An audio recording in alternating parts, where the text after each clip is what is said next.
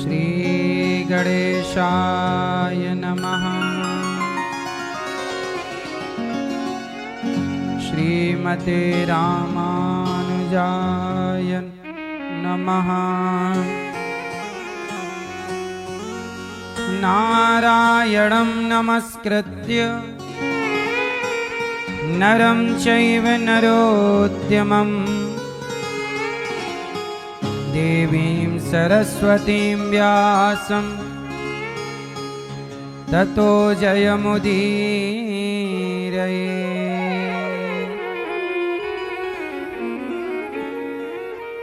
लक्ष्मीनाथ समारंभां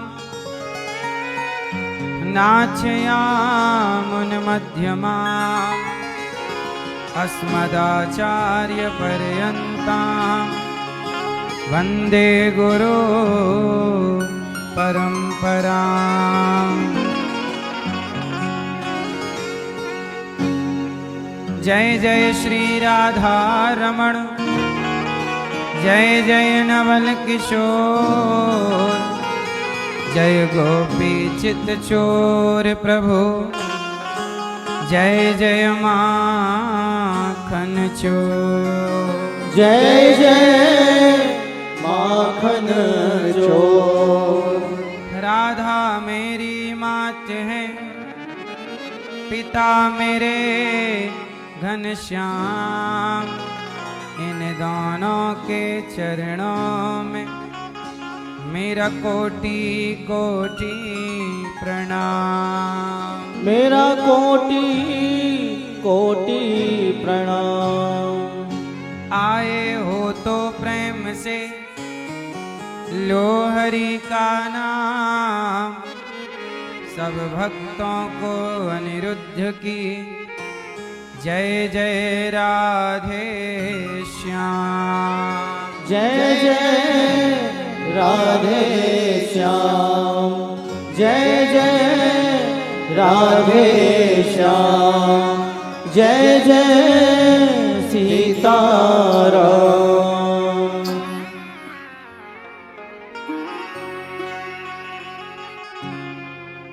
जब कोई न हो अपना, सिया राम कहा करना, संसार के लोगों से आशाना। तो देखने से व्यक्ति टेंशन फ्री हो जाता है। कभी पर्वतों को देखिए, कभी पहाड़ों को देखिए, झरनों को देखिए, नदियों को देखिए। समुद्र बहुत सुंदर है, क्या सुंदर जल है, क्या सुंदर वहां की बालू है। परंतु ये देखिए समुद्र की लहरें मन को बड़ी शांति देती हैं। कभी समय मिले तो बैठा करिए समुद्र के तट पर, चिंतन किया करिए वहां बैठ के ईश्वर का।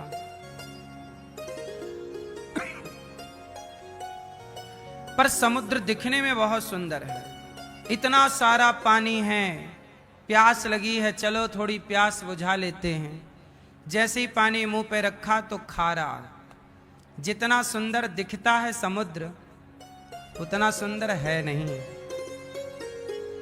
उसका जल जितना निर्मल दिखता है, जितना पवित्र दिखता है, उतनी मिठास है नहीं उसके जल में। दिखता कुछ और है समुद्र और होता कुछ और है समुद्र। क्यों जी, बात सही है? ऐसे ही ये संसार को सागर कहा, दिखता कुछ और है संसार पर है कुछ और। संसार को देखो तो लगता है वाह कितना मजा है, कितना सुख है, पर जब उतर के देखो तो ना मजा है ना सुख है, केवल सजा है और दुख है। इसलिए संसार को सागर कहा गया है, क्योंकि ये दिखने में कुछ और है, यथार्थ में कुछ और है।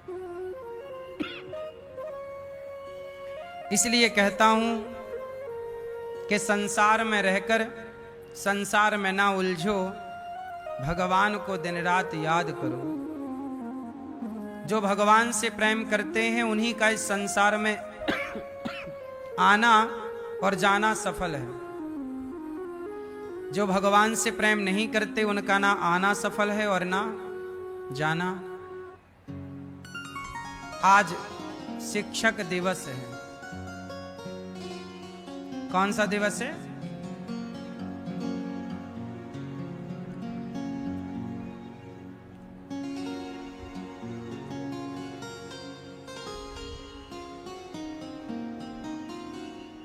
आज शिक्षा दिवस है।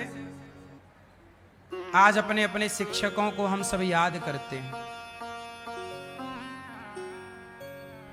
डॉक्टर सर्वपल्ली राधाकृष्णन भारत के पूर्व राष्ट्रपति और महान दार्शनिक हुए हैं, जिनके सम्मान में यह दिवस मनाया जाता है। अपने अपने आचार्यों को, अपने अपने गुरुजनों को याद करने का ये पावन अवसर है। तो हमारे शिक्षक तो गुरुजन हैं और भगवान हैं, इसलिए भगवान से बड़ी शिक्षा हमें कोई नहीं देता। आज हम भागवत से क्या क्या सीखे हैं ये सब कुछ आपको बताएंगे। उसके पहले हमारी मैया कथा का रसपान करने के लिए श्रीमती शारदा बंसल जी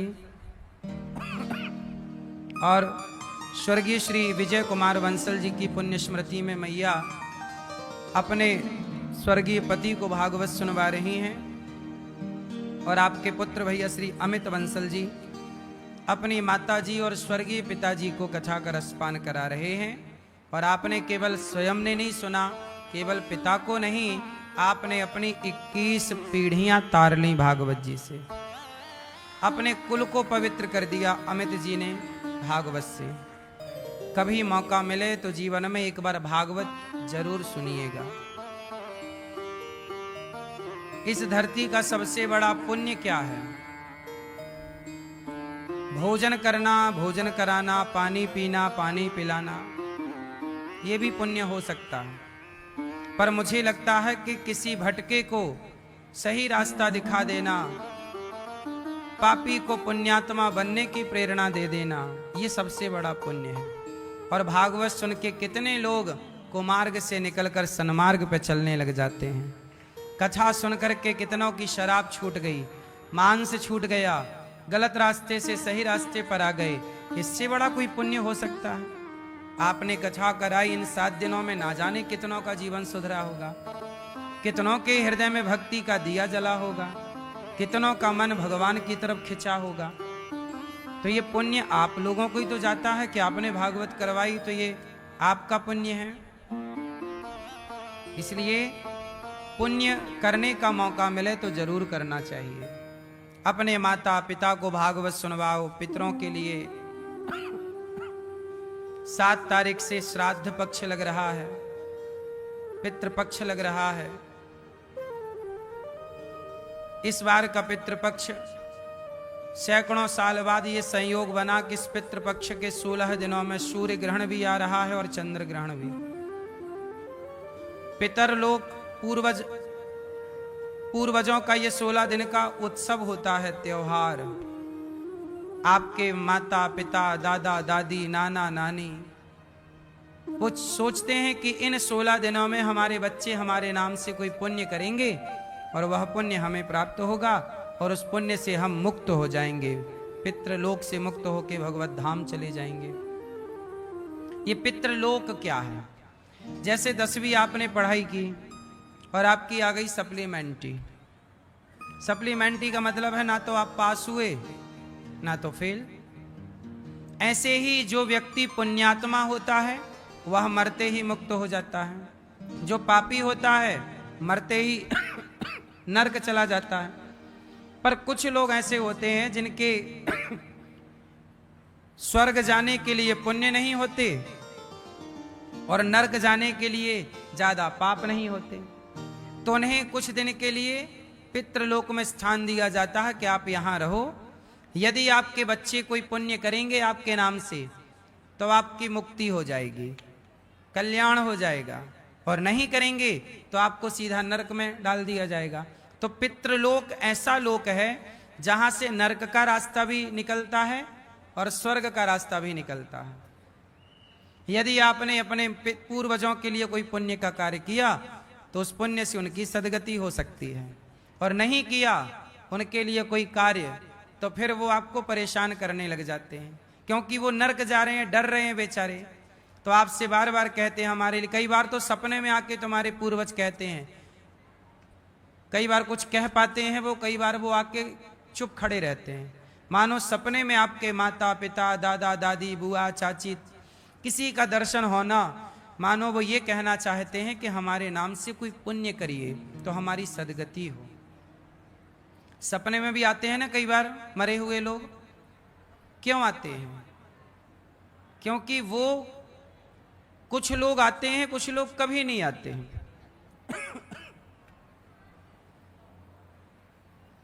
कभी नहीं आते। जब आप उनके लिए अच्छे कार्य अपना कर्तव्य करते रहेंगे तो वो कभी नहीं आएंगे, मुक्त हो गए। नहीं किए तो बार बार वापस आके आपसे कहते हैं कि पितृपक्ष आ रहा है, हमारे नाम से भागवत जी का पाठ करो, हमारे नाम से कोई गाय को भोजन कराओ, चिड़िया को दाना डालो, किसी भूखे को भोजन कराओ। वह पुण्य थोड़ा थोड़ा उन्हें मिलता है और उसी से उनको सदगति मिल जाती है। पुण्य ट्रांसफर भी होता है, पता है आपको? आपका किया पुण्य जैसे माँ का खाया हुआ अन्न बच्चे के पेट में जाता है, गर्भवती नारी के सिस्टम है कि नहीं? माँ का खाया बच्चे के पेट में चला जाता है, जैसे माँ का खाया गर्भ के बच्चे के पेट में चला जाता है, उसी तरह भक्तों का खाया हुआ आपके पूर्वजों को तृप्त करता है, उनके पुण्य बन के उन्हें प्राप्त होता है।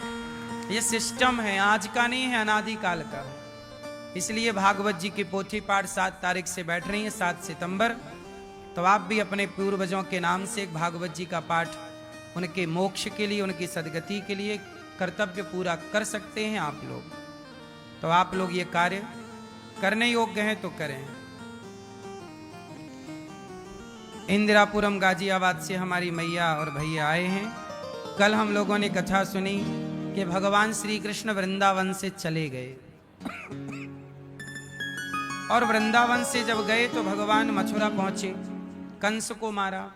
कंस को मारने के बाद भगवान ने अपनी माता देवकी को जेल से मुक्त कराया, वसुदेव जी को जेल से, क्योंकि देवकी वसुदेव जेल में थे। भगवान की उम्र अब लगभग 11 साल हो गई है। 11 साल बाद 10.5 और 11 साल की आयु हो गई है भगवान की। अब 11 साल बाद मैया देवकी भगवान कृष्ण से मिल रही हैं, और जैसे ही बेड़ियां टूटी और कृष्ण को देखा तो मैया ने कन्हैया को हृदय से लगा लिया, मेरा बेटा मेरा बेटा। मां के आंचल से दूध की धारा बह पड़ी। वसुदेव जी ने भगवान कृष्ण को हृदय से लगाया। 11 साल बाद अपने पुत्र को जी भर के देखा, गले लगाया। सोचिए जरा, आपका बेटा पैदा हो और आपको देखने को भी ना मिले, वो मिले कब? 11 साल के बाद। वो पीड़ा जरा समझिए कि 11 साल कैसे बीते होंगे। मां देव की बहुत प्रसन्न हो गई, मेरा बेटा मिल गया। वसुदेव जी बड़े प्रसन्न हो गए। पर वहीं खड़े थे नंद बाबा। नंद बाबा को कुछ समझ में नहीं आया कि ये देवकी कन्हैया को मां की तरह क्यों लाड़ लड़ा रही है। वसुदेव जी पुत्र पुत्र कह के क्यों बुला रहे हैं कन्हैया को? अब नंद बाबा के कुछ समझ में नहीं आया। अब नंद बाबा टुकुर टुकुर देख रहे हैं कि मेरे कन्हैया को वसुदेव जी अपनो बेटा काहे को कहें। तभी वसुदेव जी आए और नंद बाबा से कहा कि नंद बाबा आपका धन्यवाद।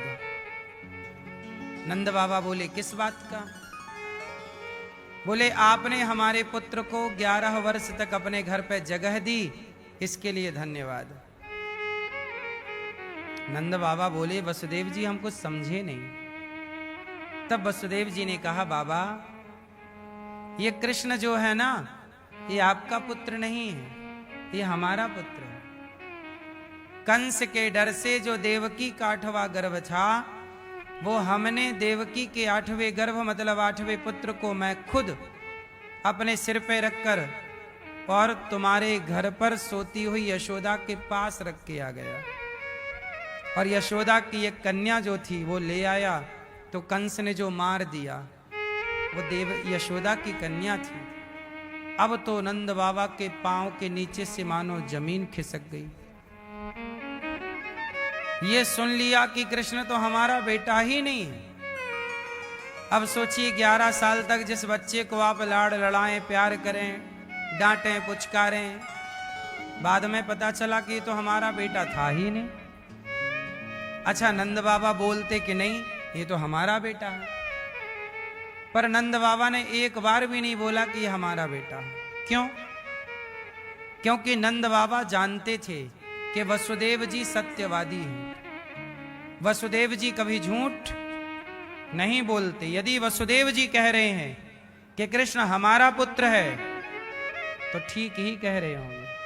पहले के व्यक्ति देखो वचन के कितने पक्के थे। वसुदेव जी के बारे में यह चर्चा थी कि वसुदेव जी कभी असत्य नहीं बोलते। नंद बाबा ने स्वीकार कर लिया कि ये कृष्ण आपके ही पुत्र हैं। अब जरा सोचो कि आपके बेटे को कोई आए कह दे कि ये हमारा है, आप दोगे उसे? लेकिन धन्य है नंद बाबा, जिद नहीं कर रहे। क्यों? क्योंकि कीमत सत्य की है। आज देश संविधान से चल रहा है, उस जमाने में देश सत्य से चला करता था। सृष्टि सत्य के बल पर चलती थी। आजकल सत्य नहीं रहा। संविधान तो है लेकिन सत्य नहीं। संविधान है इसलिए भ्रष्टाचार है, बेईमानी है, बलात्कार है। पहले सत्य था तो कोई किसी पर गलत दृष्टि रखने से पहले सोचता था कि ईश्वर देख रहा है। आजकल कोई नहीं डरता कि ईश्वर देख रहा है। आजकल का आदमी तो कहता है कि हम ब्रह्मा को नहीं डरते, डर ही नहीं। पर पहले के लोग बुरे कर्म करने से डरते थे, झूठ बोलने से डरते थे। वसुदेव जी सत्यवादी हैं।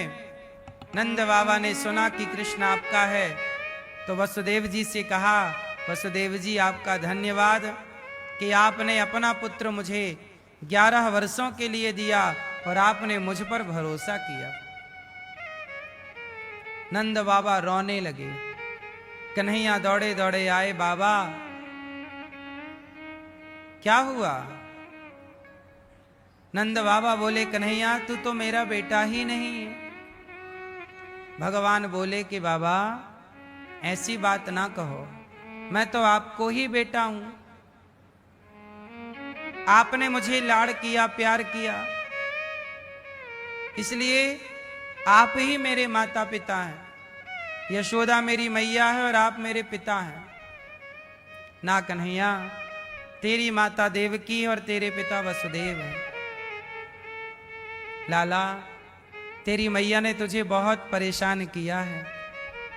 तुझे उखल से बांध दिया था, तुझे मक्खन नहीं खाने दिया, बड़ी डांटती थी यशोदा। कन्हैया, हो सके तो एक बार माफ कर देना अपनी मैया को। कन्हैया बोले, बाबा ये क्या कह रहे हो आप?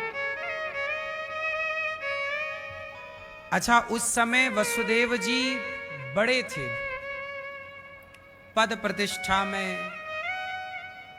वसुदेव जी राजा थे ना, वसुदेव जी बड़े राजा थे, नंद बाबा छोटे राजा थे।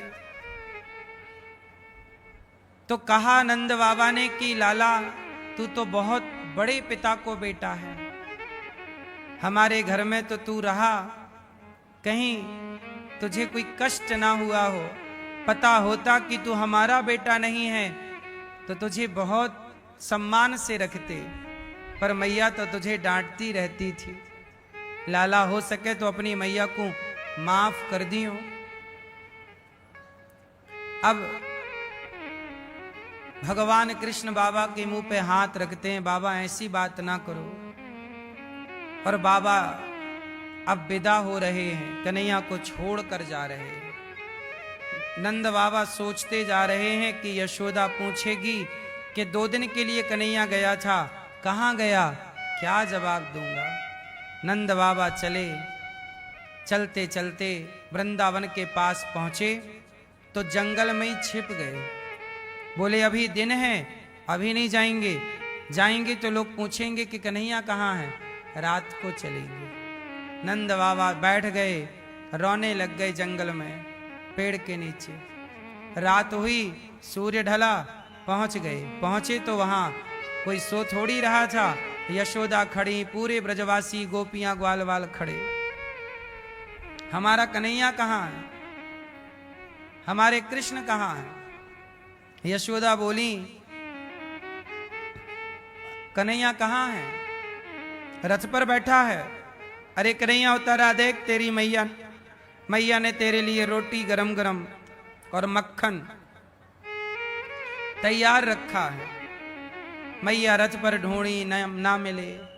बाबा नंद बाबा का मुंह लटका हुआ, आंखों से आंसू बह रहे। यशोदा ने कहा क्या हुआ। नंद बाबा ने कहा यशोदा क्या बताऊं, कुछ तो बताओ, कन्हैया नहीं आया।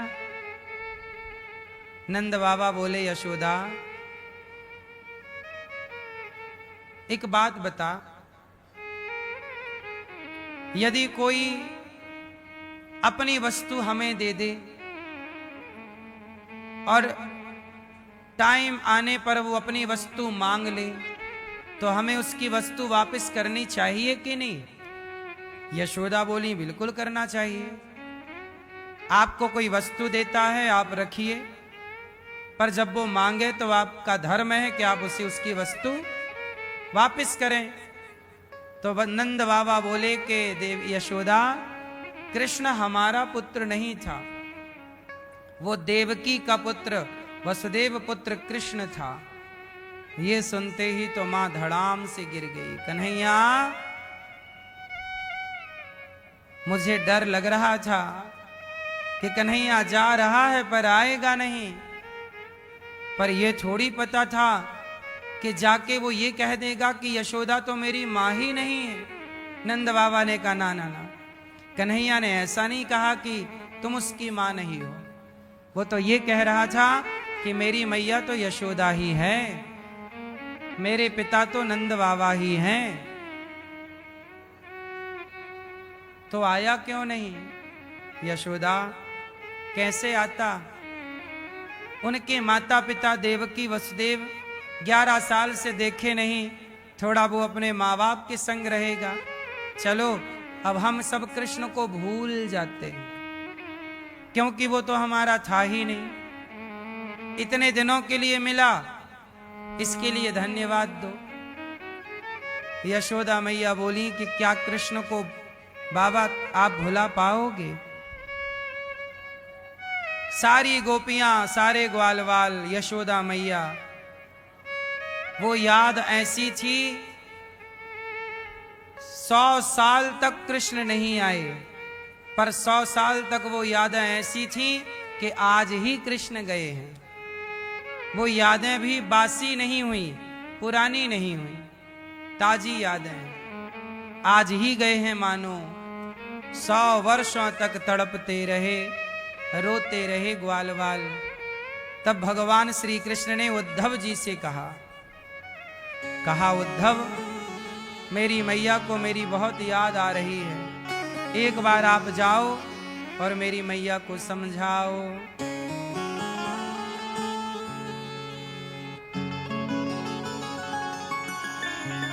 कहा घनश्याम ने उद्धव से, वृंदावन जरा जाना, वहां की गोपियों को ज्ञान का कुछ तत्व समझाना। विरह की वेदना में वे सदा बेचैन रहती हैं, तड़प कर आह भरती हैं और रो रो कर ये कहती हैं। क्या कहती हैं गोपियां?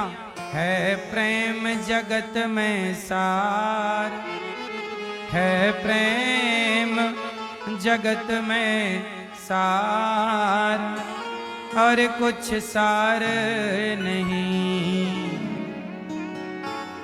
मन कर ले प्रभु से प्यार, और कुछ सार नहीं।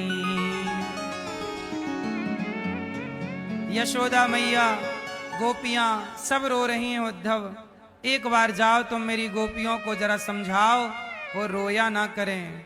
अब बताइए, गोपियां भगवान की याद में रोती हैं। उद्धव जी आए, समझा रहे हैं, क्यों रोती हो?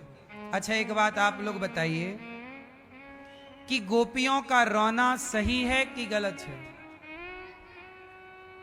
क्यों? गोपियों का कृष्ण की याद में रोना सही है कि गलत है? आप बताओ लाल मैया, बताओ। भगवान की याद में गोपियां रो रही हैं, सही है कि गलत है? हैं? सही है? आप बताओ, गलत है कि सही है? गलत है ना? गलत है क्या? सही कि गलत?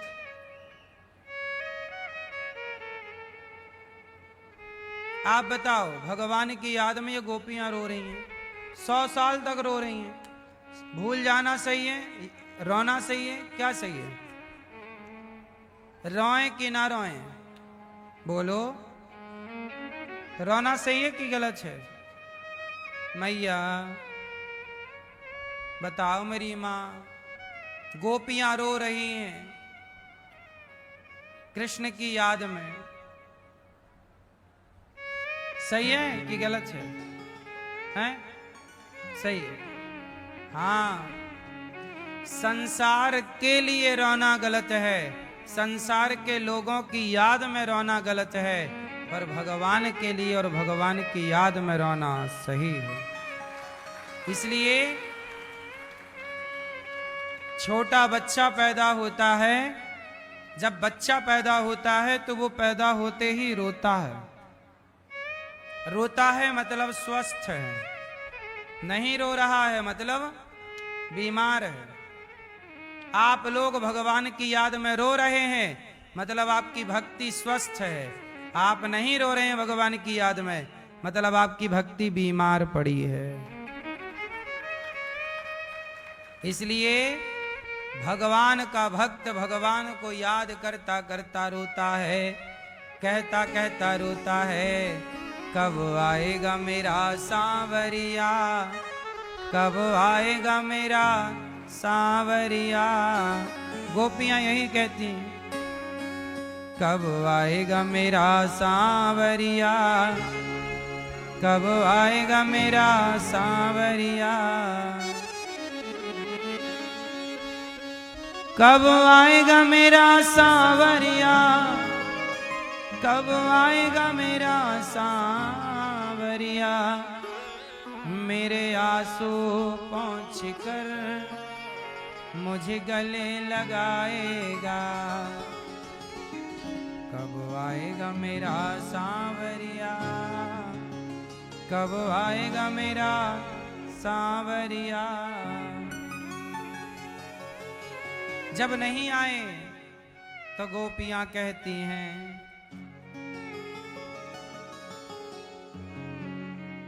लौट कर नहीं आए, कहा था आऊंगा,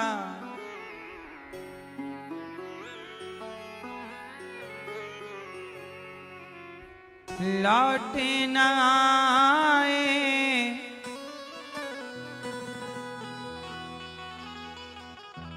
गोपियां बोल रही हैं, लौट न आए श्याम सखीरी, परदेसवा में छाए जी। लौट न आए श्याम सखीरी, परदेसवा में छाए जी। वादा कर गए मोह से कन्हैया, कह गए थे ना 2 दिन में आऊंगा। वादा कर गए मोह से कन्हैया, बिछड़ी फिर रही बन बन गैया। रो रो थकी यशोदा मैया जी,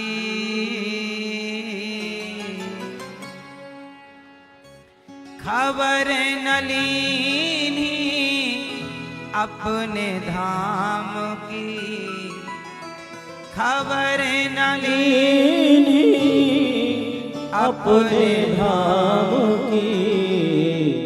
कैसी सुध बिसराए जी, कैसी सुध बिसराए जी।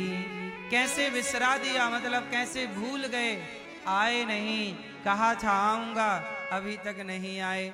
कन्हैया जब नहीं आना था तो ये क्यों कहा कि 2 दिन बाद आऊंगा?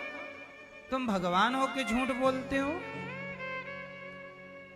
अच्छा एक बात बताओ, भगवान ने कहा था ना मैं 2 दिन में आ जाऊंगा? बोलो हाँ कि ना? कहा था ना? तो ये बताओ, जब कहा था कि 2 दिन में आऊंगा तो क्यों नहीं आए? क्यों नहीं आए? क्या भगवान भी झूठ बोलते हैं? उत्तर दो, क्यों नहीं आए? नहीं आना था तो कहा क्यों कि आऊंगा? क्यों मैया? तो बताओ, क्या भगवान झूठ बोलते हैं? पर यहां तो गोपियां कह रही हैं तुम झूठ बोलते हो। कहा था आऊंगा, क्यों नहीं आए? अच्छा क्यों नहीं आए कृष्ण? उद्धव को भेज दिया, तुम जाओ। खुद भी तो आ सकते थे। खुद क्यों नहीं आए? इसलिए नहीं आए क्योंकि भगवान तो खुद आ जाते, पर इसलिए नहीं आए क्योंकि भगवान का उस समय जरासंध से युद्ध चालू हो गया था। कंस को मारा तो कंस के ससुर का नाम था जरासंध। उसने मथुरा पर आक्रमण कर दिया तो भगवान ने 17 बार जरासंध से युद्ध लड़ा।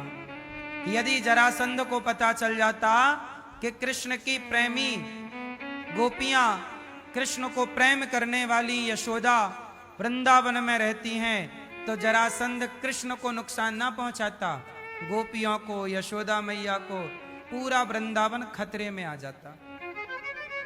तो भगवान ने अपने प्रेम को प्रकट नहीं किया, क्योंकि प्रेम को प्रकट कर लेते तो गोपियों पर खतरा स्टार्ट हो जाता। दुश्मन को पता चल जाए कि आपकी कमजोरी क्या है तो वो आपकी कमजोरी पर प्रहार करता है। इसलिए भगवान चाहते थे पर नहीं आए, गोपियों को भेज दिया, उद्धव जी को भेज दिया। गोपियां कह रही हैं, एक अक्रूर भय दुखदाई। एक अक्रूर जी थे, बड़े दुख देकर चले गए, कन्हैया को लेकर चले गए। एक अक्रूर भय दुखदाई, दूजे उद्धव पाती लाई। एक ये है, उनकी पाती लाए हैं, संदेशा लाए हैं। एक अक्रूर भय दुखदाई, दूजे उद्धव पाती लाई। भूल गए वो बाप माई जी, आस लगी है श्याम मिलन की। आस लगी है श्याम मिलन की किस विध प्राण निकालो जी। हम मरना चाहती हैं पर क्या करें, प्राण जाएं तो जाएं कैसे। नाम पाहरू दिवस निसी ध्यान तुम्हारे कपाट, लोचन निज पद जंत्रित जाय प्राण के ही बाट। गोपियां बोली कुब जाके संग पड़ गयो पाला, भूल गए वो सब ब्रज ग्वाला। अब नाए नंद के लाला जी, दुख से सनी है देह हमारी, दुख से सनी है देह हमारी। जीवत ना हमें मारो जी।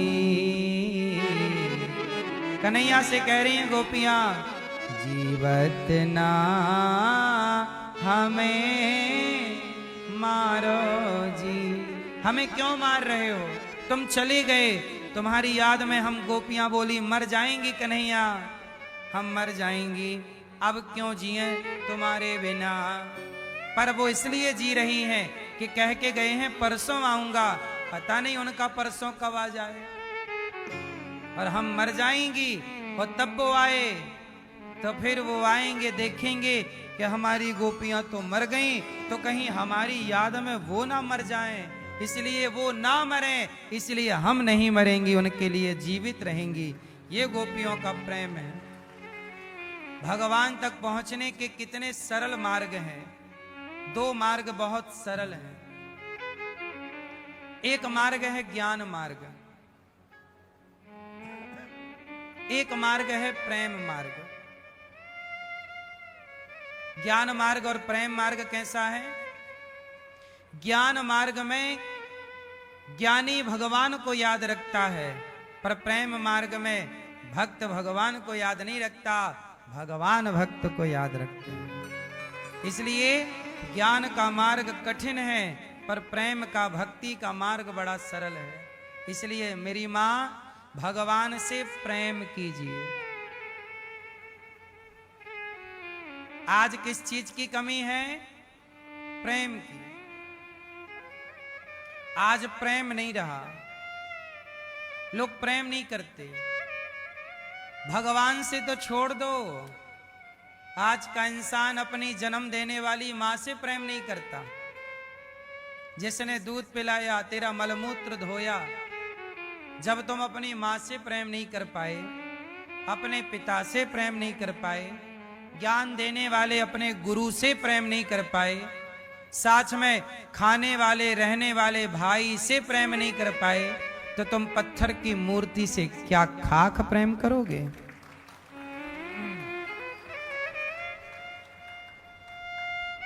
देते हैं भगवान को धोखा, इंसान को क्या छोड़ेंगे।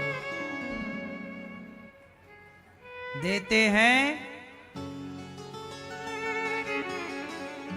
है ना?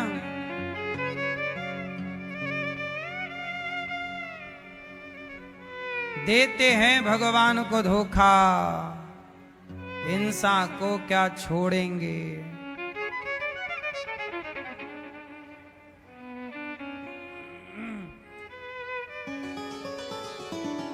हाँ,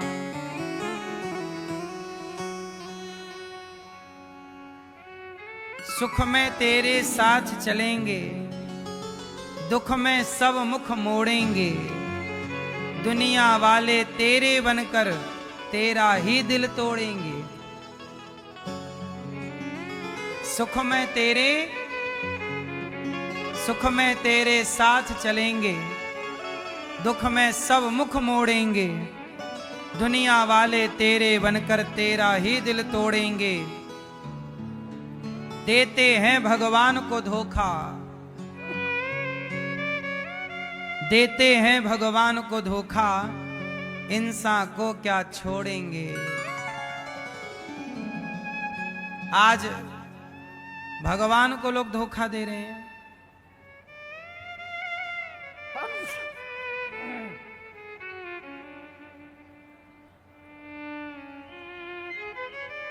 जो अपनी मां को धोखा दे सकता है, जो अपनी मां से प्रेम नहीं करता, क्या वो भगवान से कर लेगा? इसलिए प्रेम करना सीखो। प्रेम, छोटा बच्चा अपनी मां से प्रेम करता है, बड़ा होता है खिलौनों से प्रेम करता है, मां से थोड़ा कम हो जाता है। खिलौनों से बड़ा हुआ तो अब उसे स्कूल में किसी लड़की किसी लड़के से प्रेम हो जाता है, फिर वो उस प्रेम के लिए अपने माँ बाप को छोड़ने को तैयार है। फिर शादी विवाह के बाद बच्चा हुआ, बच्चे से प्रेम हो जाता है। फिर उनका बच्चा बड़ा हुआ, फिर वो किसी लड़का लड़की से प्रेम कर लेता है और ये उनकी याद में रोता रहता है कि मेरा बेटा मेरे को छोड़ के चला गया। और यही रोते रोते जिंदगी हो जाती है खत्म। बोलो हाँ, यही ना जीवन है। इसलिए कहता हूं, भगवान तुम्हारे फूल के भूखे नहीं, नारियल के भूखे नहीं, मिठाई सोना चांदी रुपया पैसा के भूखे नहीं। भगवान भूखे हैं तो केवल प्रेम के, राम ही केवल प्रेम प्यारा। इसलिए भगवान से प्रेम कीजिए। अच्छा, प्रेम किसे कहते हैं? प्रेम किसे कहते हैं? लव किसे कहते हैं? Who is love? क्यों? प्रेम किसे कहते हैं?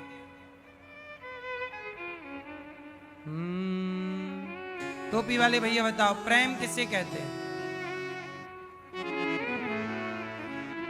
आप करते हो प्रेम? किससे हैं? किससे? महाभारत से?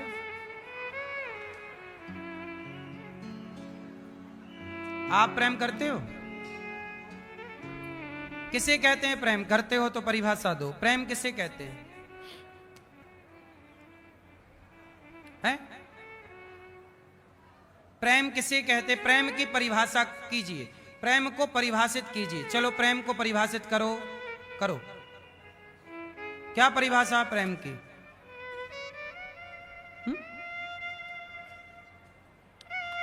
हाँ, आप नहीं करोगे? आप आपकी प्रसन्नता में, सामने वाले की प्रसन्नता में आप प्रसन्न हैं, ठीक है, सही है। आप पीली मैया। प्रेम किसे कहते हैं?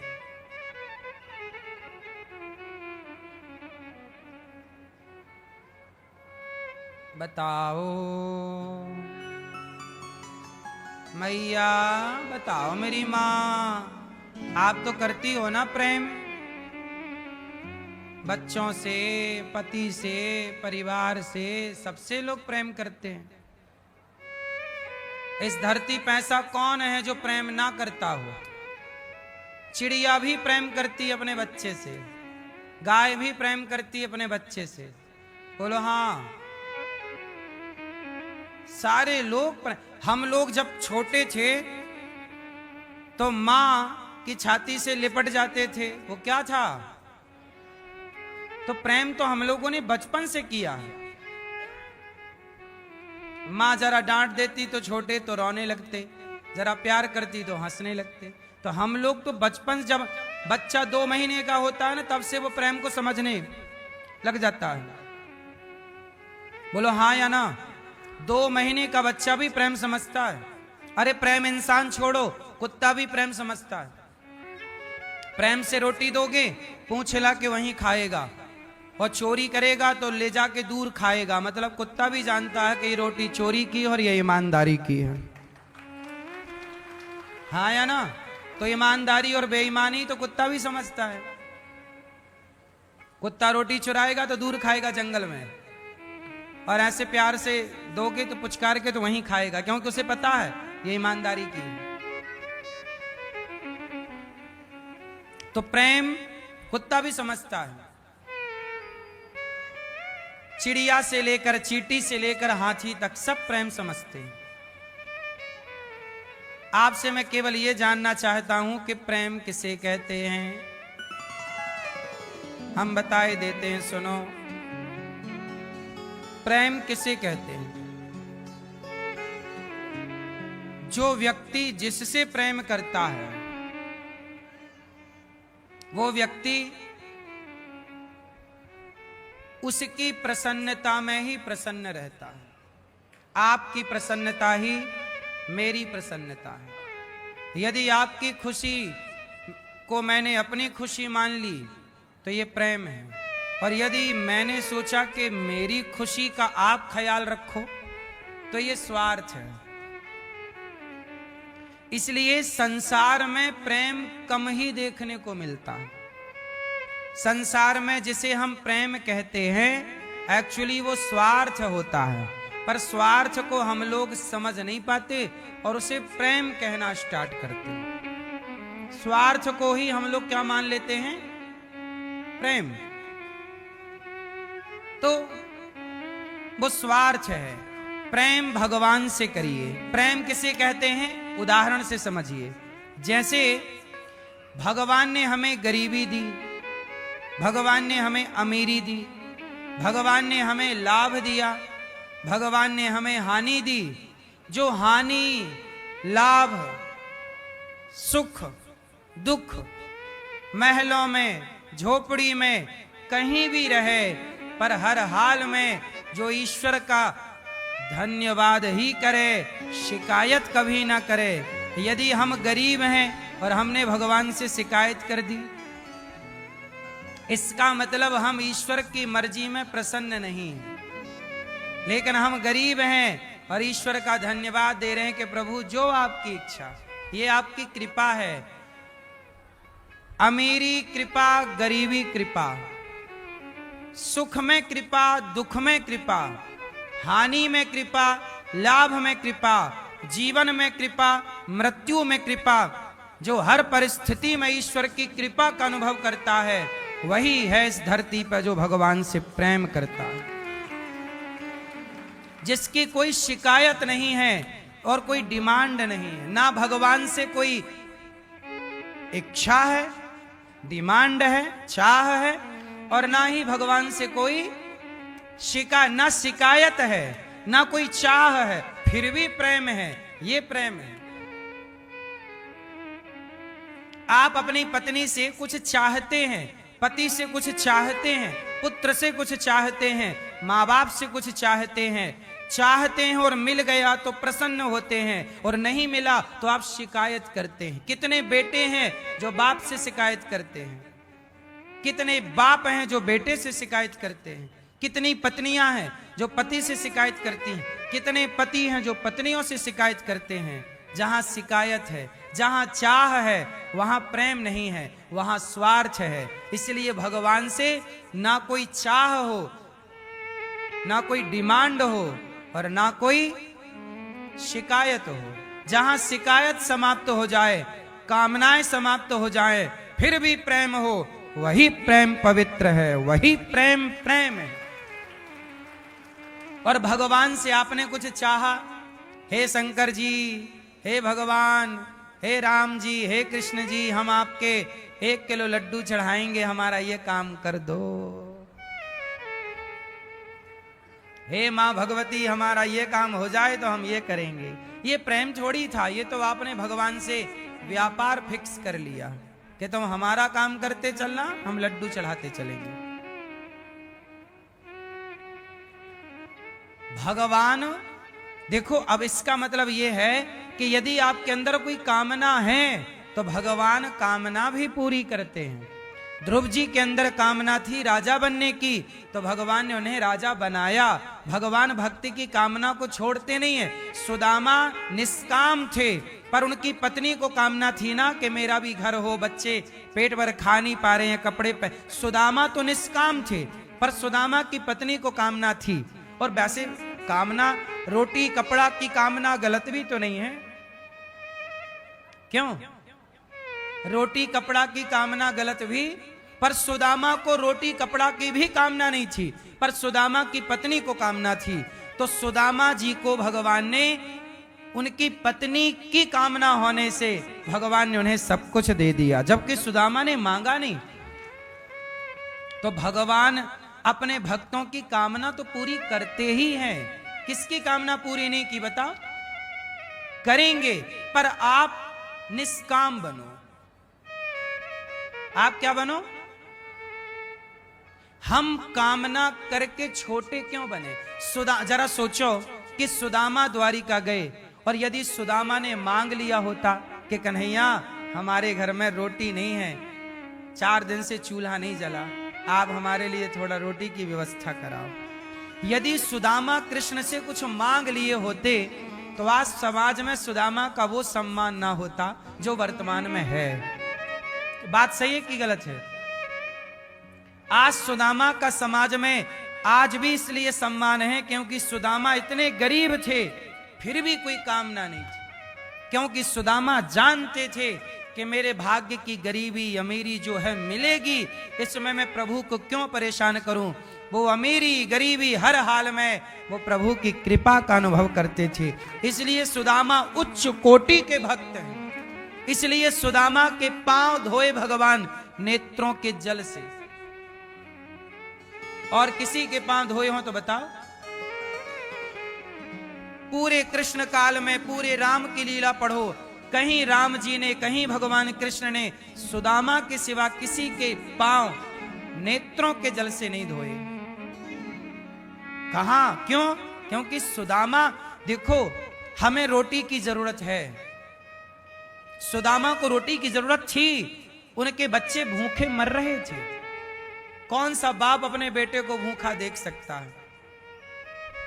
लेकिन सुदामा इतने बड़े भक्त थे, एक बार भी नहीं बोले, सपने में तक नहीं बोले, एक बार सोचा भी नहीं कि कन्हैया 4 रोटी तो दे दे, पेट भर रोटी तो ना, एक बार भी नहीं बोला। तेरी मर्जी, तू देख रहा है ना, उसे सब पता है। क्या वो भगवान नहीं देखता कि आज मैंने क्या खाया है, आज मेरी हालत क्या है, आज मैं कितना खुश हूं, आज मैं कितना दुखी हूं? मेरा भगवान मेरे भीतर बैठा ही सब देख रहा है कि मेरे मन में क्या चल रहा है। आज मैं खाया कि नहीं, सोया कि नहीं, सुखी हूं कि दुखी हूं। आपके सुख दुख को आपका बाप जाने ना जाने पर भगवान जानता है, आपका बेटा जाने ना जाने भगवान जानता है। इतना भरोसा करो तो सही भगवान पर, और उसके आश्रित रहकर देखो, सुदामा को धन धान्य नहीं दिया क्या, तुम्हें क्यों नहीं देगा? सुदामा जैसा समर्पण तो हो। पत्नी 4 मुट्ठी चावल मांग कर ले आई उधार। सुदामा जी 4 मुट्ठी चावल लेकर चले।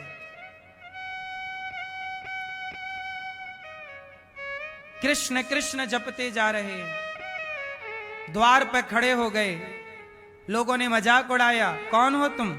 हम सुदामा हैं। अच्छा, क्यों आए हो द्वारिका? बोले कृष्ण हमारे मित्र हैं, मित्र से मिलने आए हैं। मित्र, सुदामा को पता है कि कृष्ण भगवान है, पर वो भगवान के पास नहीं आए। याद रखिएगा, सुदामा भगवान के पास नहीं गए, सुदामा अपने मित्र के पास गए। भगवान के पास सुदामा नहीं गए। क्यों? सुदामा सोचे मैं भगवान के पास क्यों जाऊं? अरे भगवान के पास जाने की क्या जरूरत है? वो कौन सी जगह है जहां भगवान नहीं है? तो कहां जाऊं मैं कहां जाऊं? मैं वहां क्यों जाऊं? भगवान यदि वहां है तो भगवान यहां भी है। सुदामा परम ज्ञानी थे, पर सुदामा की पत्नी ने कहा कि चलो भगवान से मिलने मत जाओ, मित्र से तो मिलाओ।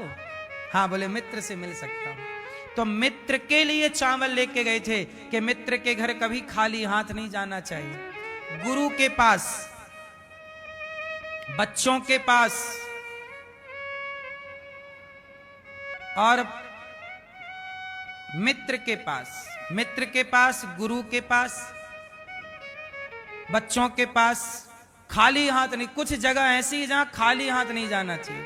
जहां छोटे छोटे बच्चे हों वहां उनके लिए कुछ लेकर जाना चाहिए, क्योंकि जाते हो ना तो बच्चे बोलते क्या लाए हमारे लिए, क्या कुछ नहीं लाओ, तो बच्चे बोलते लो। इसलिए बच्चों के पास खाली हाथ मत जाया करो। जहां बच्चे हो वहां कुछ जरूर लेकर जाओ। मंदिर खाली हाथ मत जाओ, गुरु के पास खाली हाथ मत जाओ, मित्र के पास खाली हाथ मत जाओ, कुछ लेकर जाओ। ठीक है? तो सुदामा बोले मैं कृष्ण मित्र है तो खाली हाथ कैसे जाऊं? तो 4 मुट्ठी चावल मांग कर ले आई, बांध कर दे दिया। बोले ये सही है। सुदामा को लोगों ने कहा कि तुम तो कहते हो कृष्ण हमारे मित्र हैं, भाई तुम्हारी हैसियत क्या है? देखो फटे कपड़े और द्वारिकाधीश राजा। एक राजा का दोस्त फटीचर कैसे हो सकता है? ये सवाल है कि एक राजा का दोस्त ये फटीचर कैसे हो सकता है? सुदामा जी को लगा बात तो सही है, पर मैं मित्र तो हूं। अच्छा, मैं पहचानता हूं कृष्ण को, पता नहीं वो पहचाने। यदि पहचान गए जब तो ठीक है, वरना समाज में बड़ी हंसी होगी कि लो आया था बड़ा मित्र कहता, कृष्ण ने तो पहचाना ही नहीं। सुदामा द्वार पर खड़े हैं कि एक बार सूचना दे दो, कृष्ण पहचान ले तो सही, नहीं पहचाने तो मैं चला जाऊंगा। द्वारपाल ने जाकर सूचना दी, और धन्य है भगवान, बड़े को बड़प्पन दिखाना चाहिए। बड़ा कौन होता है? जो छोटों पर अत्याचार करे वो बड़ा है, या छोटों को गले लगाए प्यार करे वो बड़ा है? आप बड़ा बनना चाहते हैं। कई लोग कहते हैं मेरी इज्जत करो। नहीं, इज्जत भीख मांगने से नहीं मिलती। आप छोटों की इज्जत करना स्टार्ट कर दीजिए, छोटों की मदद करना स्टार्ट कर दीजिए। शोषण तो बहुत लोग करते हैं, पर पोषण करने वाला बड़ा होता है। शोषण करने वाला बड़ा। शोषण मत कीजिए, पोषण कीजिए। आज समाज में कुछ लोग हैं जो गरीबों का, गरीबी का शोषण करते रहते हैं।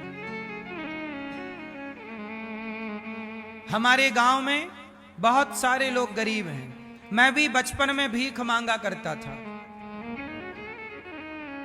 गांव में मैं घर घर जाकर भीख मांगा करता था।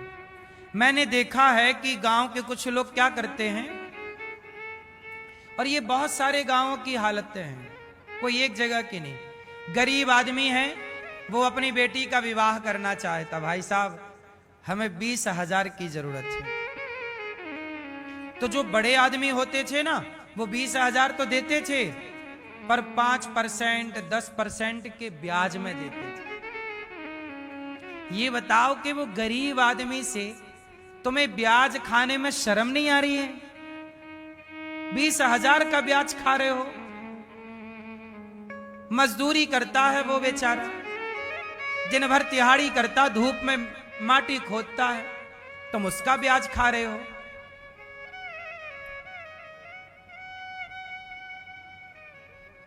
जब 20,000 मांग रहा है बेचारे का, 20,000 में बेटी का ब्याह हो जाता है। भैया जी 20,000 दे दो, दे दिया, साइन करा लिया कॉपी में, 20,000 तैने लिया, आज की डेट में, आज से तेरा 5% या 10% का ब्याज चालू। अब बेचारा वो 20,000 का ब्याज 5, 6, 10 साल तक चुकाता है। गरीबी तो गरीबी। वो कई 20,000 चुका लेता है, फिर भी उसका 20,000 खड़ा रहता है। वो 1,00,000 चुका दिया, फिर भी उसका 20,000 खड़ा है। ब्याज यही होता है। मैंने खुद अपनी आंखों से ये सब देखा है। जब मैंने अपनी आंखों से ये सब देखा और भगवान ने मुझे योग्य बनाया, तो मैंने अपने गांव में घोषणा कर दी कि भाई अब आपकी बेटी का विवाह हो तो आप अपने भाई अनिरुद्ध से कह दो आपकी बेटी के विवाह में बारातियों के भोजन प्रसादी और बेटी को दान दक्षिणा देने की जिम्मेदारी मेरी है, आप निश्चिंत रहो। आज इस बात को कम से कम 10 साल हो गए। हमारे गांव में कोई भी बेटी का विवाह होता है, उसमें बेटी के विवाह में अब उनको कर्जा लेने की जरूरत नहीं पड़ती, जो बन पड़ता है ये दास उनकी मदद करता है हर बेटी के विवाह में। क्या कमा लोगे तुम, कितने धन्ना सेठ बन जाओगे। इसलिए साहब ईमानदारी का खाओ, बेईमानी का ना खाओ। ईमानदारी से चलो, बेईमानी से नहीं। शोषण ना करो, पोषण करो।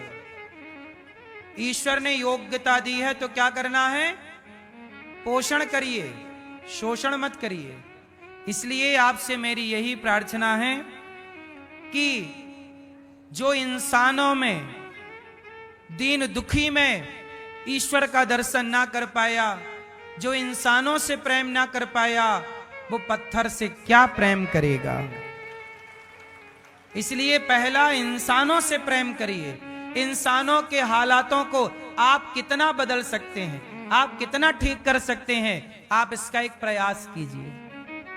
ये दास अनिरुद्ध, मैं एक दिन मर जाऊंगा टाइम आने पर, आप भी मरेंगे, लेकिन मुझे लगता है मरने के पहले मैं किसी के काम आ सकूं तो आ जाऊं। तो मैं वही काम कर रहा हूं कि मैं काम आऊं। आप भी यही काम करिए, आप भी मर ही जाएंगे एक दिन। जोड़ जोड़ के रखने से कोई फायदा नहीं, किसी के काम आ जाओ। बच्चों को काबिल बनाओ, वो कमा के खाएं। बच्चों के लिए पैसा जोड़ने की जरूरत नहीं है, जो पैसा आए उससे जनता जनार्दन की, समाज की सेवा करो निस्वार्थ भाव से। ईश्वर ने दिया है ना, ईश्वर ने दिया है, इसका मतलब ये नहीं कि तुम गरीब से ब्याज खाओ। गरीब से ब्याज खाने के लिए थोड़ी ईश्वर ने तुम्हें धन्ना सेठ बनाया है।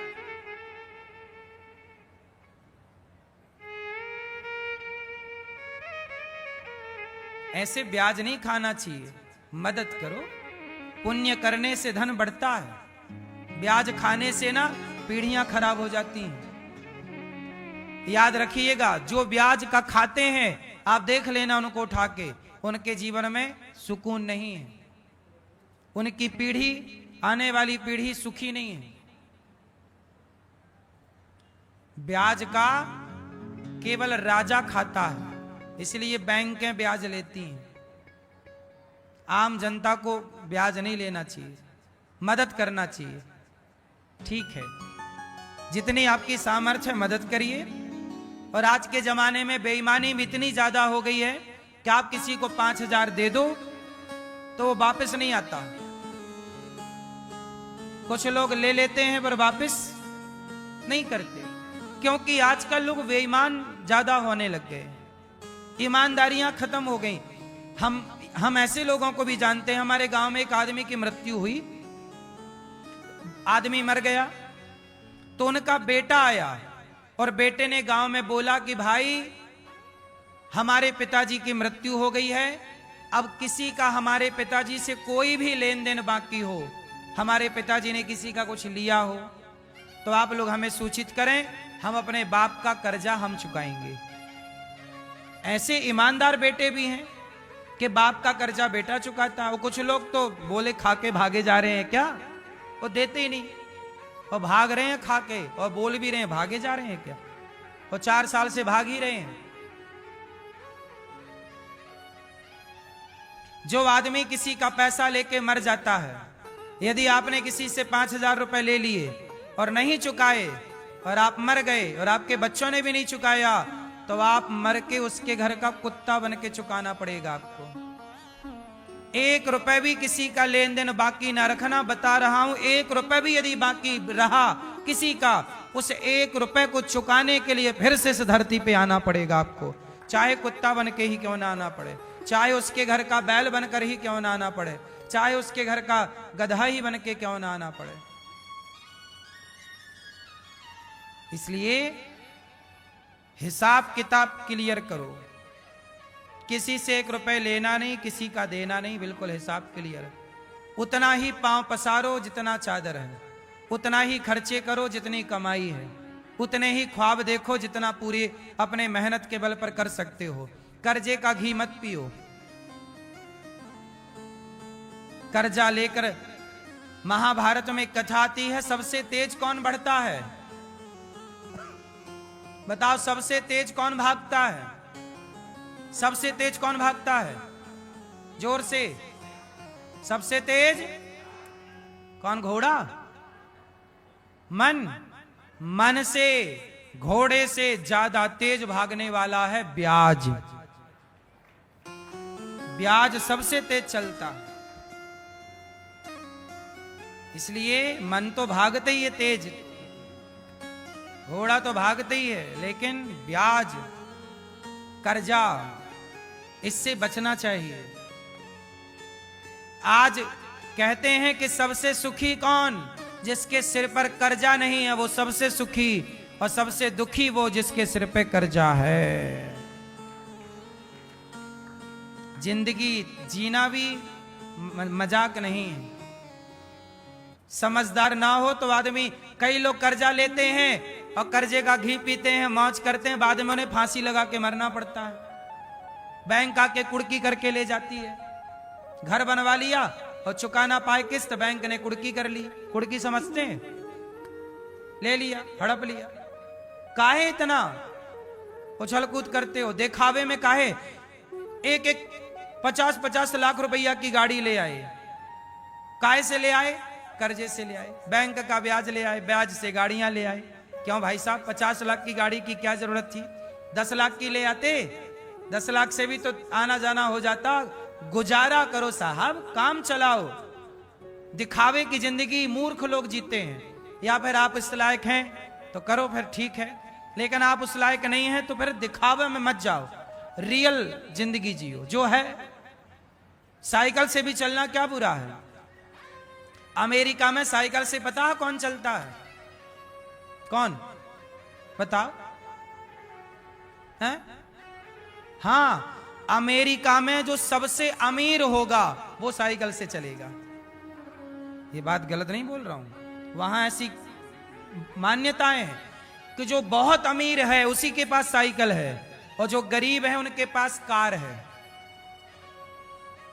गरीबों के पास वहां 4 चक्के की गाड़ी है, और अमीरों के पास क्या है? क्यों ऐसा जानते हो? अमीर है वो साइकिल से चल रहा है, मतलब साइकिल से चल रहा है तो 1 घंटे में पहुंचेगा, और कार से जा रहा है तो 15 मिनट में पहुंच जाएगा, 10 मिनट में पहुंच जाएगा। तो लोग कहते हैं साइकिल से चल रहा है मतलब उसके पास टाइम ज्यादा है, और टाइम ज्यादा है मतलब ये अमीर है, तब तो आराम से चल रहा है, मस्ती से चल रहा है। तो वहां पर साइकिल वाला अमीर है।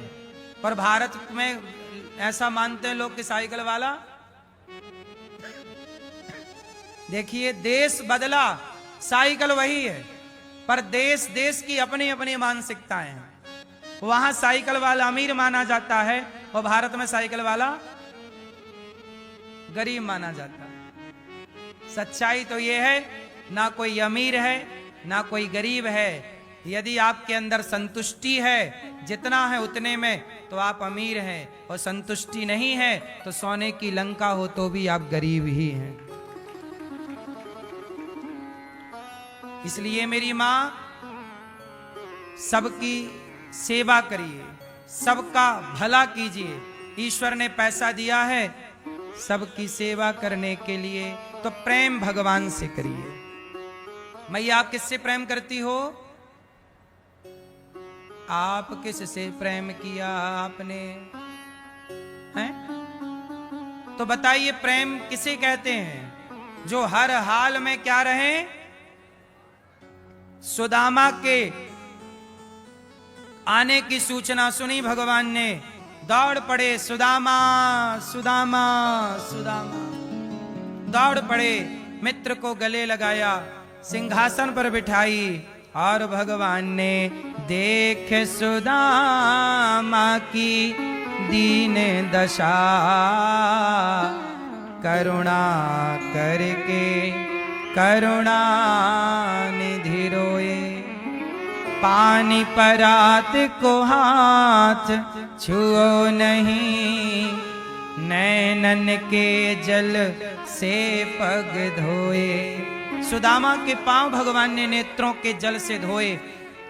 मेरी मां सुदामा को भगवान ने विश्वकर्मा को बुलाया, जाओ पूरा नगर सोने का बनाओ, सुदामा को सारा सुख दे दो। और उस सुख को भोगने के लिए भगवान ने सुदामा और सुशीला को जवानी भी दी, क्योंकि दोनों बुढ़े हो गए। जवानी भी दी। भगवान देना चाहें तो क्या नहीं दे सकते, लेकिन एक बार वो भगवान पे भरोसा तो करो ना मेरी मां। आज समस्या क्या है कि आप भगवान के आश्रित नहीं हैं।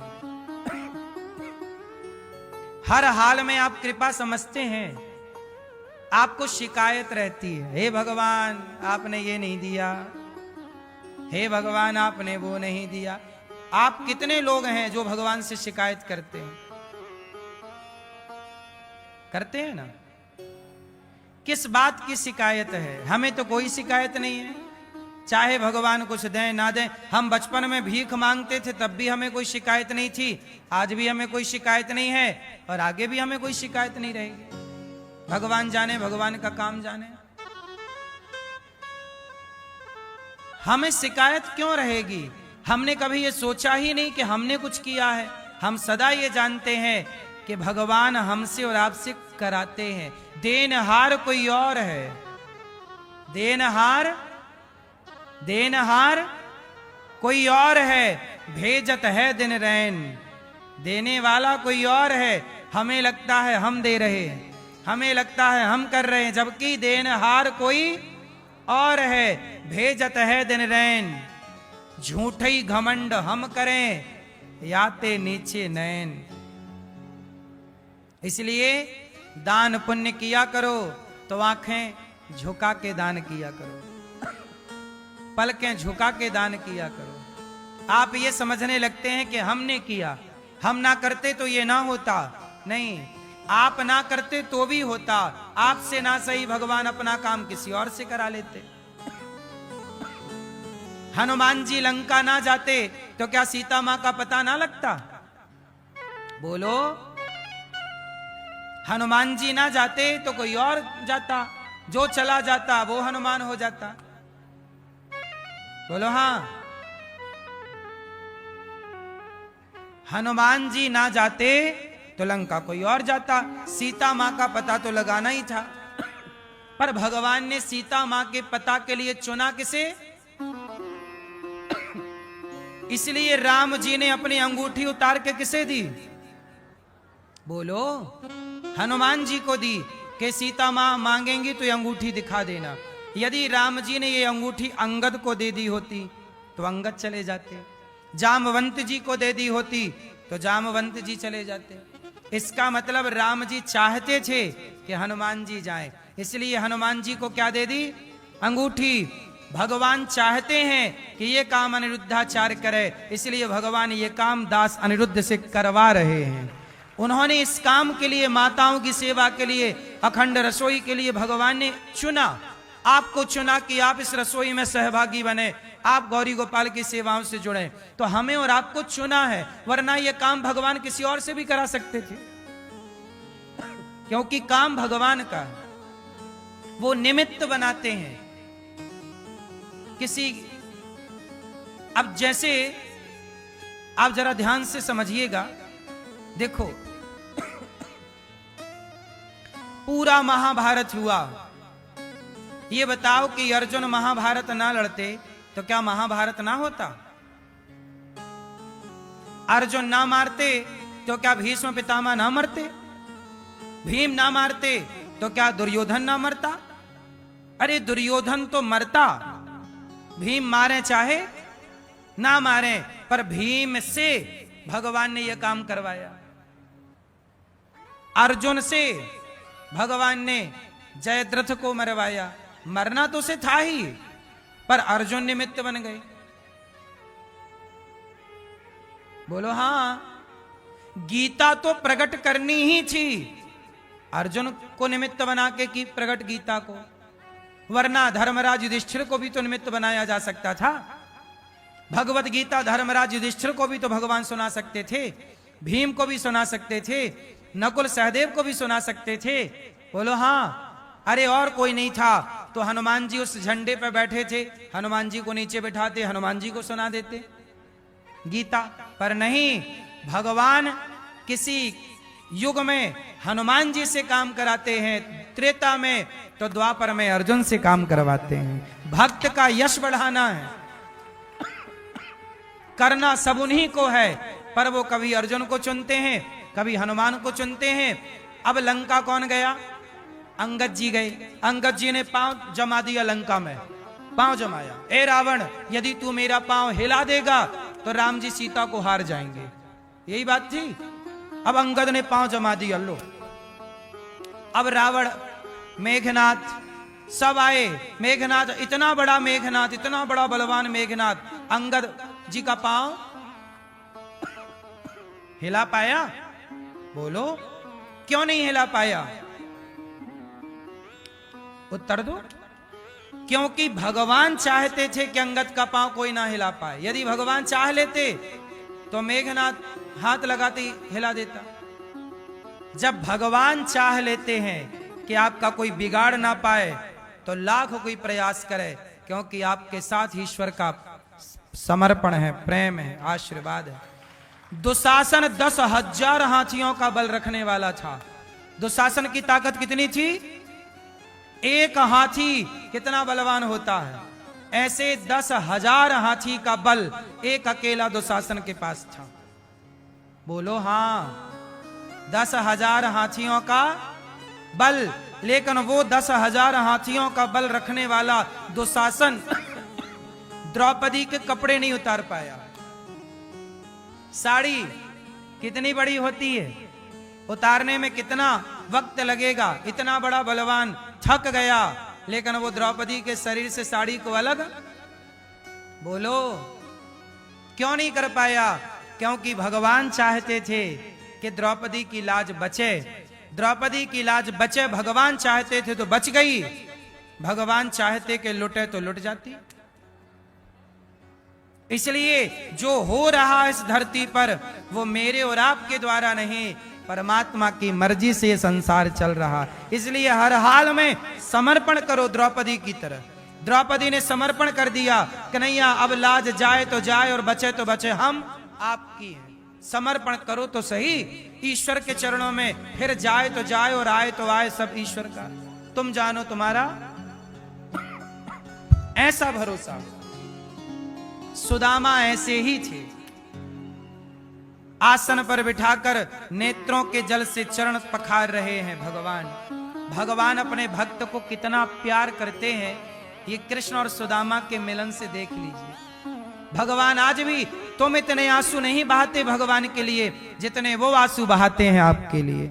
आप भूल गए उन्हें, पर वो आपको ना भुलाए। वो आज भी याद कर रहे हैं कि मेरा भक्त कब मेरी शरण में आएगा। इसलिए जगन्नाथ जी देखो सदा हाथ पसारे खड़े रहते हैं, कब मेरा भक्त आए, कब मैं अपने भक्त को गले लगाऊं।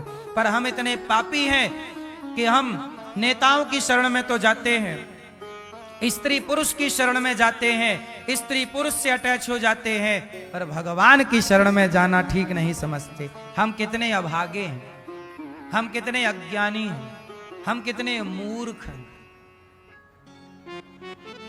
उस परमात्मा को भुला दिया जिस परमात्मा ने आपको चलने के लिए पांव दिए।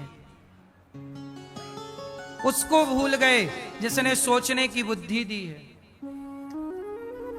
इसलिए मेरी मां, भगवान से प्रेम करिए। संसार का प्रेम छलावा है, भगवान का प्रेम यथार्थ है। संसार से कीजिए बिंदास व्यवहार, भगवान से कीजिए प्रेम। गोपियां भगवान की याद में रोती हैं। यशोदा मैया ने उद्धव से कहा, कन्हैया को क्या हमारी याद नहीं आती? मैया बहुत याद आती है, तुम्हारे याद में वो रोते रहते हैं। मेरी मां, एक बात कहें, मां तो देवकी भी है और मां तो यशोदा भी है, पर आप लोग बताइए किसका पलड़ा भारी है?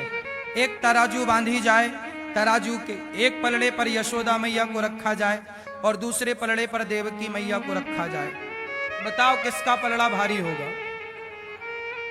किसका पलड़ा होगा भारी? देवकी मैया की यशोदा मैया? क्यों यशोदा मैया का पलड़ा क्यों भारी होगा? क्यों क्यों? पाला तो क्यों? देवकी मैया तो जेल में थी बेचारी, कृष्ण को छोड़ना मजबूरी थी, वरना कंस मार देता। तो देवकी को मौका मिलता तो क्या देवकी ना पालती कन्हैया को? वो तो परिस्थिति उनकी ऐसी थी, हालात उनके ऐसे थे कि कृष्ण को मथुरा से गोकुल पहुंचाना पड़ा, वरना कौन मां चाहेगी कि मैं अपने बेटे को जन्म देते ही त्याग दूं? किसका पलड़ा भारी होगा? किसका? यशोदा मां की देवकी मां? पलड़ा तो यशोदा मां का ही भारी है, देवकी मां का पलड़ा भारी नहीं। क्यों? कारण ये नहीं है कि यशोदा ने पाला है, ये तर्क नहीं। तर्क ये है कि देवकी माता ने कृष्ण को, जब ये देवकी मां को पता चला कि मेरा कृष्ण भगवान है, तो देवकी माता ने कृष्ण का उपयोग किया, यूज किया।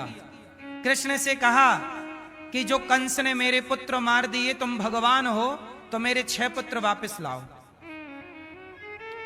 देवकी मां ने अपने कन्हैया से क्या बोला कि जो मेरे बच्चे मर गए हैं, कंस ने मार डाले हैं, वो मेरे मरे हुए बच्चे लौटाओ, क्योंकि तुम भगवान हो, तुम कर सकते हो। तो भगवान भी मां की आज्ञा में बंध गए। तो भगवान ने देवकी के 6 पुत्रों को जो कंस ने मारे लौटा के दिए, लो। पर यशोदा ने भगवान से कभी कुछ नहीं चाहा। यशोदा भी चाहती कि हमारी बेटी भी कंस ने मार दी थी, वसुदेव जी ले गए थे हमारी बेटी, तुम्हें छोड़ गए, तो हमारी बेटी लौटा दो और हमें भी बेटा दे दो। पर यशोदा ने कहा नहीं, कृष्ण के अतिरिक्त हम कुछ नहीं चाहते। जबकि देवकी कृष्ण के अतिरिक्त भी कुछ चाहती है, पर यशोदा कृष्ण के अतिरिक्त कुछ नहीं चाहती। जो भगवान के सिवा कुछ ना चाहे उसी का पलड़ा भारी होता है, और जो भगवान के सिवा भी कुछ चाहे उसका पलड़ा भारी नहीं होता। इसलिए कहता हूं, भगवान से ऐसे जुड़ो जैसे यशोदा, निष्काम। हम कृष्ण से प्रेम करते हैं पर कृष्ण से कुछ चाहते नहीं।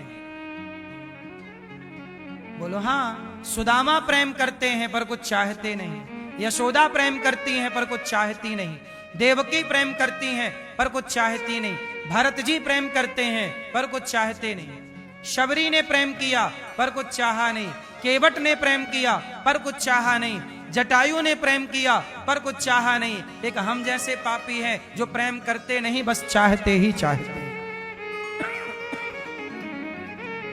बाकी आप किसी भी भक्त को देख लीजिए, इन्होंने प्रेम किया है पर इन्होंने कुछ चाहा कुछ नहीं।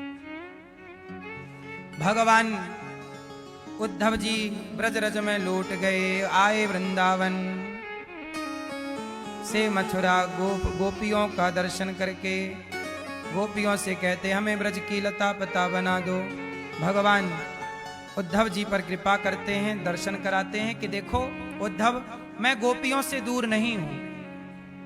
राधा रानी को श्राप लगा था कृष्ण से दूर होने का, 100 साल के वियोग का, इसलिए वो श्राप के कारण अलग हैं। व्यवहार में राधा कृष्ण अलग दिख रहे हैं, पर राधा कृष्ण से कभी अलग नहीं हो सकती। लीला के लिए उद्धव जैसे ज्ञानियों के घमंड को समाप्त करने के लिए लीला के लिए अलग अलग हैं, पर व्यवहार में अलग हैं। तत्व की दृष्टि में राधा और कृष्ण कभी अलग अलग होते ही नहीं। कहियत भिन्न न भिन्न। भगवान का विवाह, द्वारिका गए, भगवान का विवाह हुआ।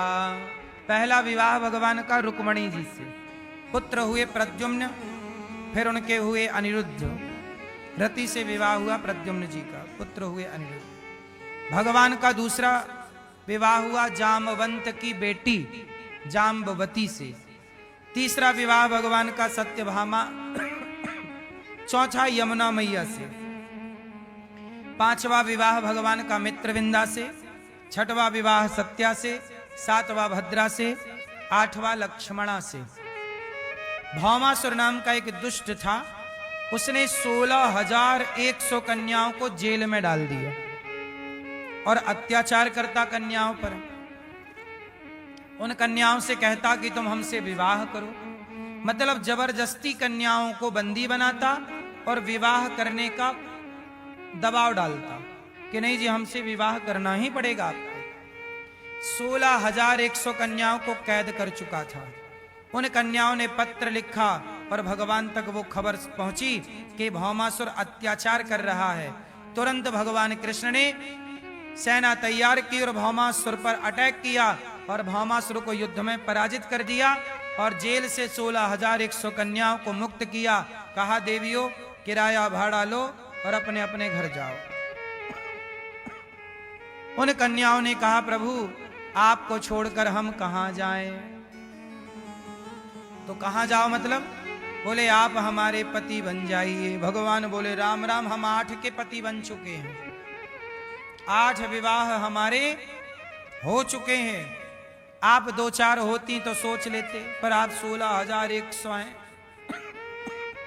प्रभु आप तो हमारे पति बन जाइए, आपके सिवा हम कहां जाएं? ना हमारे पिता हमें स्वीकार करेंगे, कहेंगे पर पुरुष के पास रहकर आई हो,